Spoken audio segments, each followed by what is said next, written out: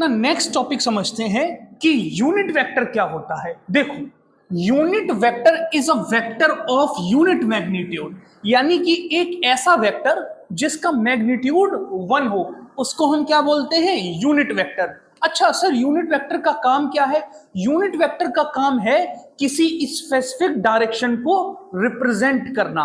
तो सबसे इंपॉर्टेंट बात, जैसे आपके पास कोई एक वेक्टर ए है, मान लीजिए वेक्टर ए 30 किलोमीटर नॉर्थ।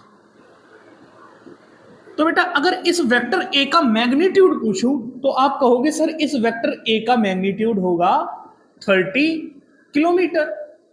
ठीक है, नहीं 30 होगा सिर्फ। इस वेक्टर ए का मैग्नीट्यूड क्या होगा? 30।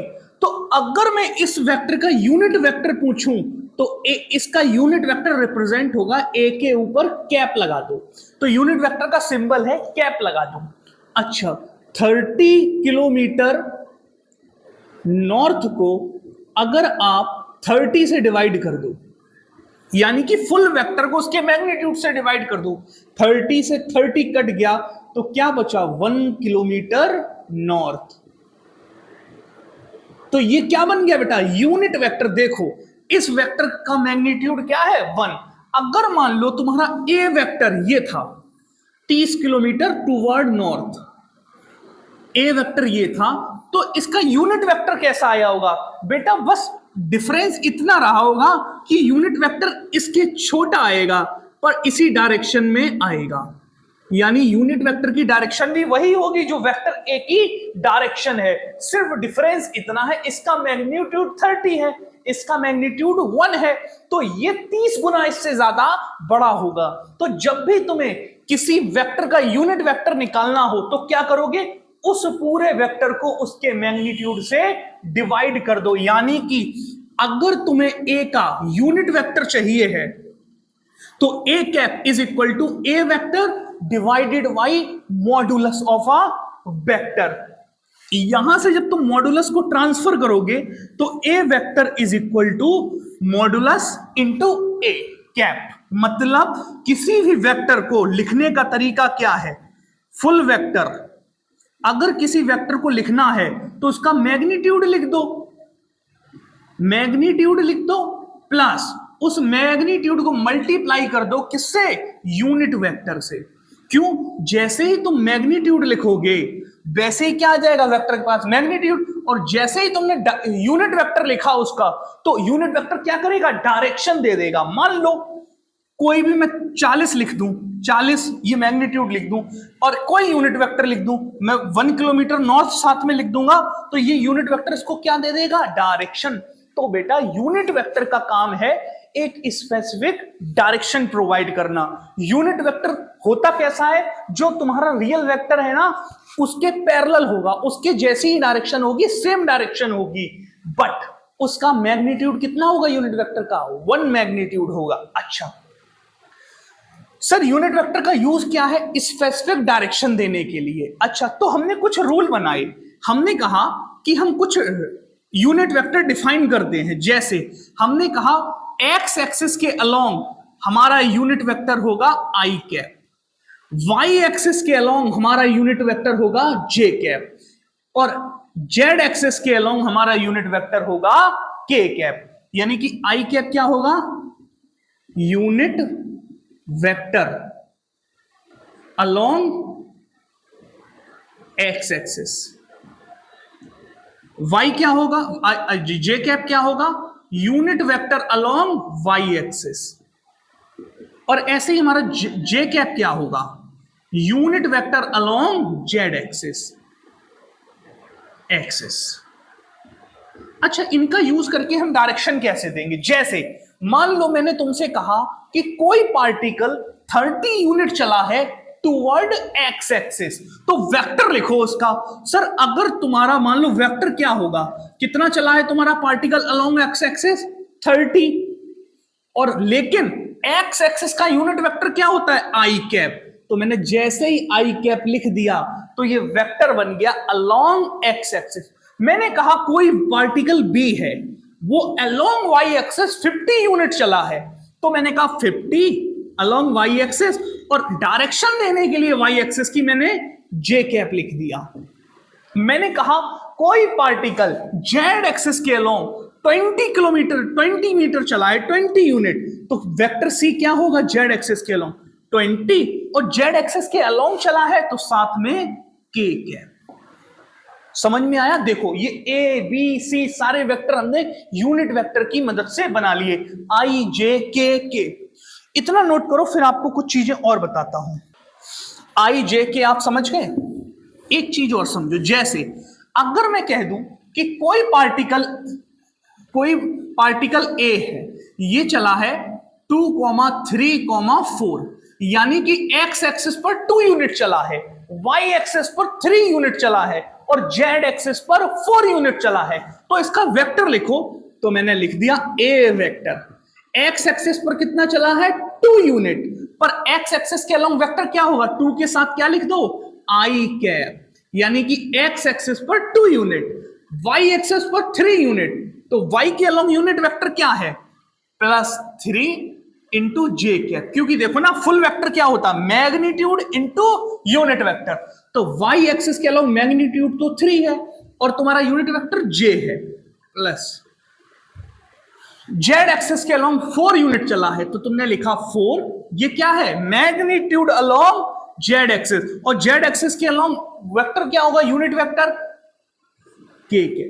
तो तुम्हारे पार्टिकल ए जो 2 along X axis, 3 along Y axis और 4 अलोंग जेड एक्सिस चला है, तो उनका यूनिट वेक्टर क्या आया 2i3j + 4k कैप।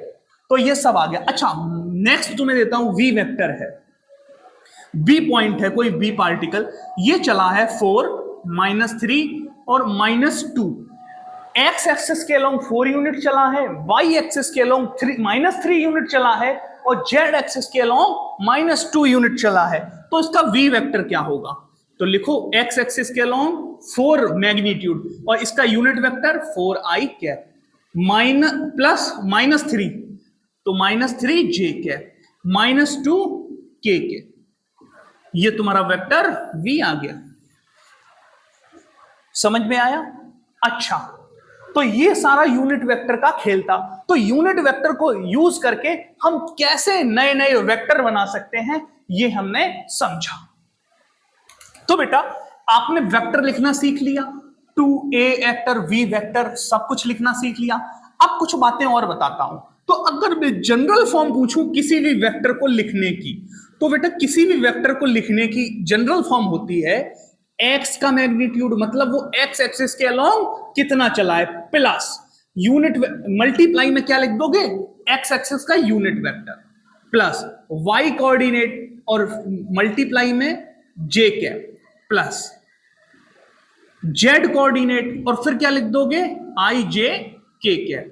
आई जे के क्या है unit vector along X axis, unit vector along Y axis, unit vector along Z axis. और ये वेक्टर को जैसे, तो ये तुम्हारा जनरल फॉर्म आ गया किसी भी वेक्टर को लिखने का। जैसे अगर तुम्हें कोई वेक्टर लिखना है तो एक्स एक्सिस का कोऑर्डिनेट लिखो, उसका यूनिट वेक्टर लिख दो, वाई एक्सिस का कोऑर्डिनेट लिखो, उसका यूनिट वेक्टर लिख दो, जेड एक्सिस का कोऑर्डिनेट लिखो, उसका यूनिट वेक्टर लिख दो। अच्छा, और जब भी तुम्हें आई जे के फॉर्म में कोई वेक्टर दिया हो तो तुम उससे मॉडुलस कैसे निकालोगे? तो अगर तुमसे मॉडुलस या कि मैग्नीट्यूड, यानी कि मैग्नीट्यूड पूछूं मैं इस वेक्टर का मैग्नीट्यूड, तो बेटा वो क्या होगा, वो होगा एक, इसको स्क्वायर ब्रैकेट के अंदर बंद कर दो, यानी कि, और ये कैसे निकलेगा, ये ऐसे निकलेगा एक्स का स्क्वायर, सिर्फ और सिर्फ मैग्नीट्यूड लोगे, एक्स का स्क्वायर प्लस वाई का स्क्वायर प्लस जेड का स्क्वायर, ये तुम्हारा क्या निकलेगा, ये तुम्हारा मैग्नीट्यूड हो गया किसी भी वेक्टर का निकालने का तरीका, अगर वो आई जे के की फॉर्म में दिया है। चलो अब बताओ ए वेक्टर का मैग्नीट्यूड क्या होगा, इस ए वेक्टर का मैग्नीट्यूड, इस ए वेक्टर, मान लो ये ए और बी वेक्टर निकाले थे हमने, अगर मैं तुमसे ए वेक्टर का मैग्नीट्यूड पूछूं तो क्या होगा? सर ए वेक्टर का मैग्नीट्यूड होगा मॉडुलस के अंदर एक्स, एक्स कितना है 2 का स्क्वायर प्लस y कितना है 3 का स्क्वायर प्लस z कितना है 4 का स्क्वायर। तो ये इसका मैग्नीट्यूड क्या आया 2 का 4, 3 3 जा 9, 4 चौको 16, 20 यानी कि रूट के अंदर क्या आया इक्वल टू √29। तो वेक्टर ए का मैग्नीट्यूड क्या आया 29। अच्छा वेक्टर वी का मैग्नीट्यूड पूछूं तो वेक्टर वी का मैग्नीट्यूड होगा तुम्हारा रूट के अंदर एक्स स्क्वायर यानी कि 4 का स्क्वायर 16 प्लस वाई स्क्वायर यानी कि ये -3 है वाई, और 3 का स्क्वायर करोगे तो प्लस में ही आएगा ना 9। जेड स्क्वायर, जेड कितना है -2, और -2 का स्क्वायर करोगे तो प्लस में ही तो आएगा 4, यानी 16 4 20, ये भी √29 आया है। तो तुम्हें निकालना आ गया यूनिट वेक्टर से फुल वेक्टर बनाना आ गया। ठीक है, यूनिट वेक्टर से अगर तुम्हें फुल वेक्टर बनाना है तो क्या करोगे सर, यूनिट वेक्टर से फुल वेक्टर बनाना है तो तुम करोगे full vector is equal to sir उसका magnitude plus into multiply by उसका यूनिट वेक्टर। तुम्हें क्या मिल जाएगा फुल वेक्टर। और आई जे के क्या है unit vector along X axis, Y axis, Z axis. और अगर आई जे के की फॉर्म में तुमको वेक्टर दिया है तो उसका मॉडुलस कैसे निकालोगे, एक्स का square plus Y square plus Z square, उसके ऊपर क्या स्क्वायर रूट। तो ये सारी बातें थी वेक्टर, यूनिट वेक्टर और उसके मॉडुलस के बारे में।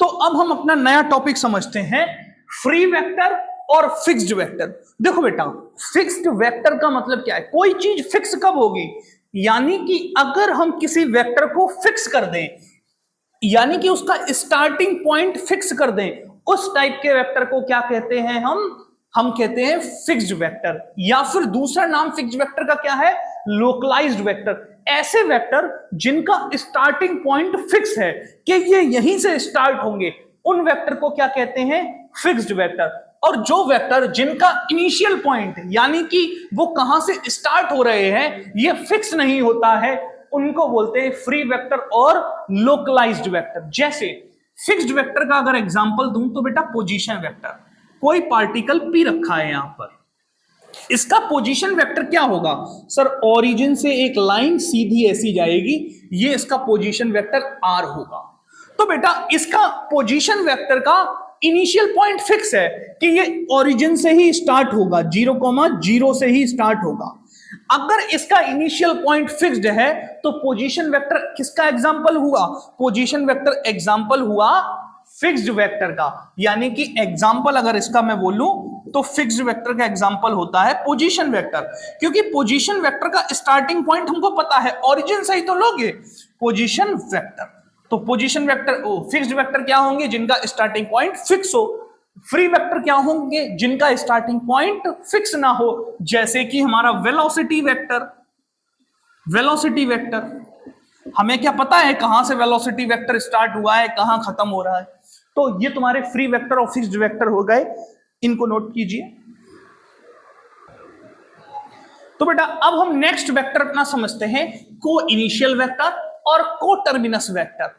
तो बेटा अगर हम को इनिशियल वेक्टर की बात करें, को इनिशियल, को का मतलब होता है सेम, इनिशियल का मतलब इनिशियल पोजीशन यानी कि स्टार्टिंग पोजीशन। ऐसे वेक्टर जिनका स्टार्टिंग पॉइंट सेम हो उनको क्या बोलेंगे को इनिशियल वेक्टर। जैसे मान लो ए वेक्टर ए है, इसका स्टार्टिंग पॉइंट ये है ए वेक्टर का, और हमने वी वेक्टर ड्रॉ किया, इसका भी स्टार्टिंग पॉइंट सेम है। तो ए वेक्टर और वी वेक्टर कैसे हो गए को इनिशियल। हमने एक सी वेक्टर और ड्रॉ कर दिया सेम पॉइंट से, डी वेक्टर और ड्रॉ कर दिया, ई वेक्टर और ड्रॉ कर दिया।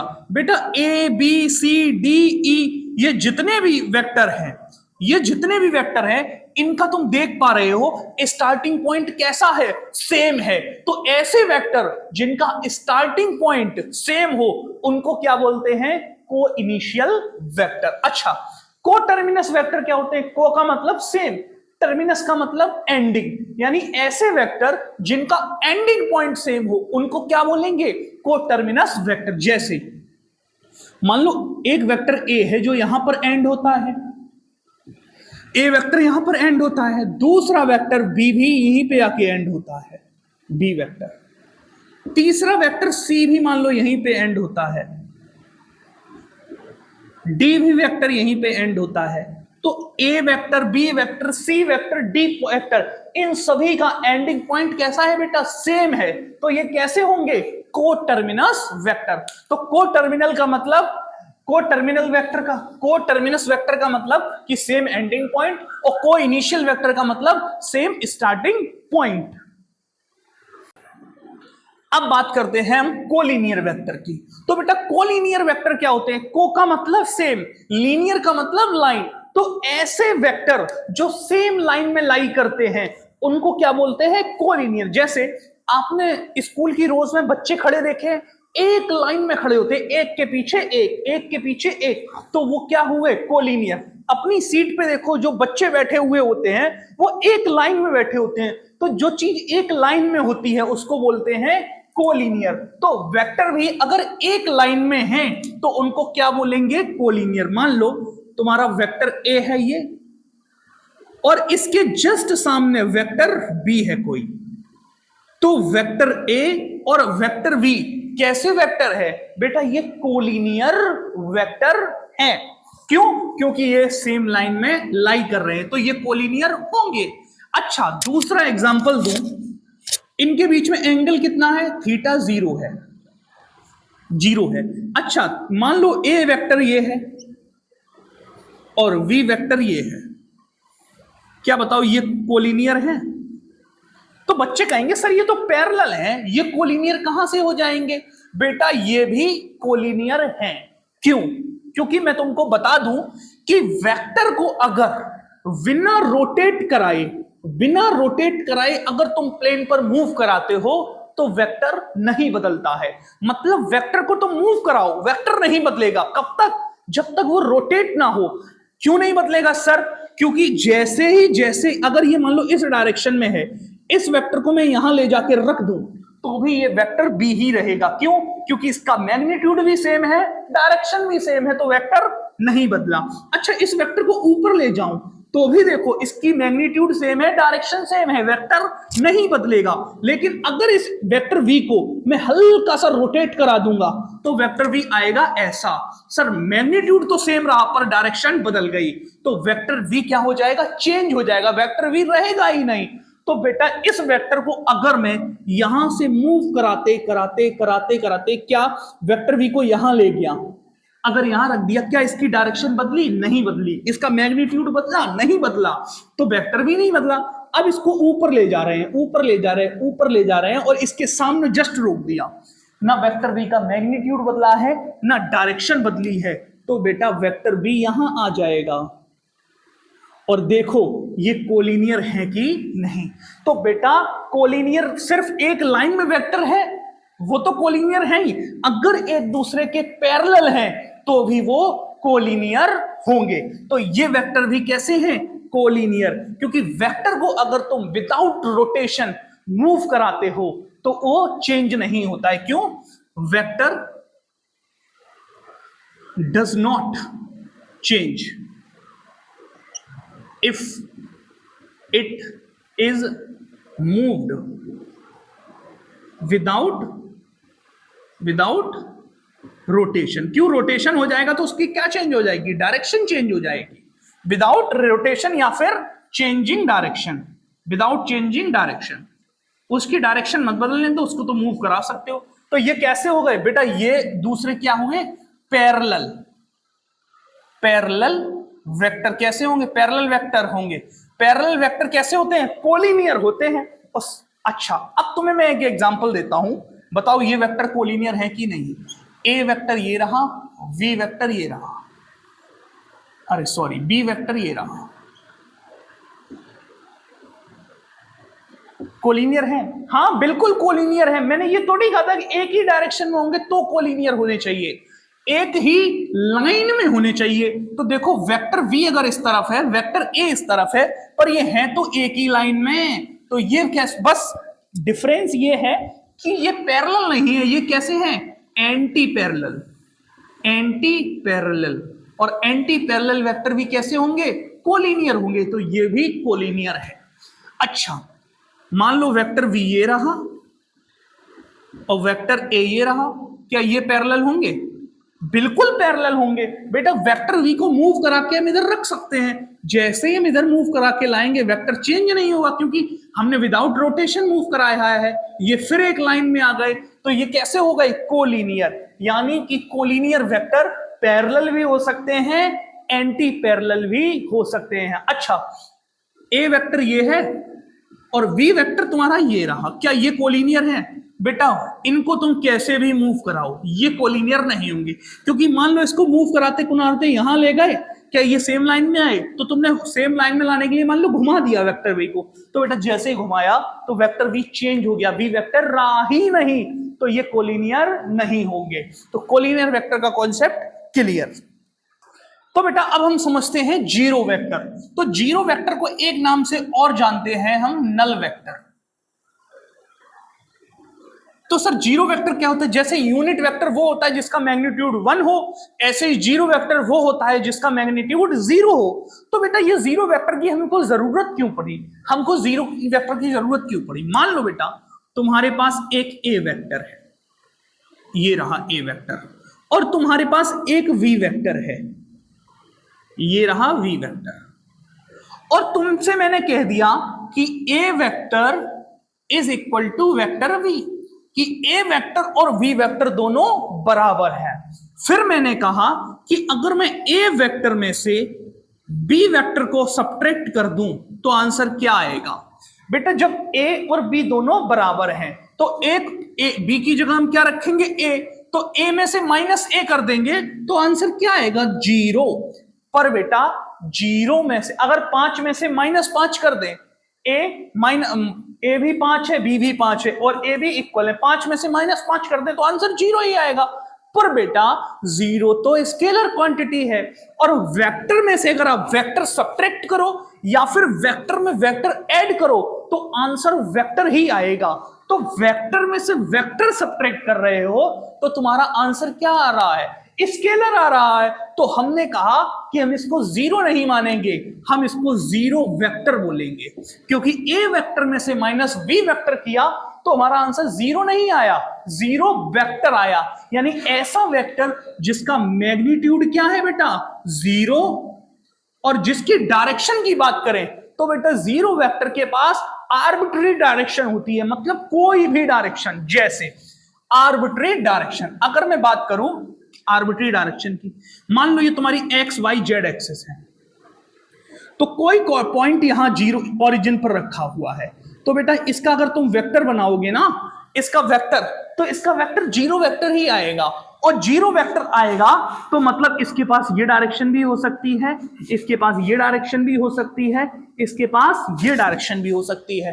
तो ओरिजिन पर अगर कोई भी ऑब्जेक्ट रखा हुआ है तो उसके पास कोई भी डायरेक्शन हो सकती है। तो वो किसका एग्जांपल है? 0 वेक्टर का। 0 वेक्टर की जरूरत क्यों पड़ी? क्योंकि जब दो वेक्टर इक्वल हो और उनको आपस में सब्ट्रैक्ट करो तो आंसर 0 आ रहा है, और आंसर 0 मतलब स्केलर, तो स्केलर तो हो नहीं सकता, इसलिए हमने क्या माना? 0 वेक्टर। तो 0 vector is also known as null vector, is a vector which having 0 magnitude and arbitrary direction।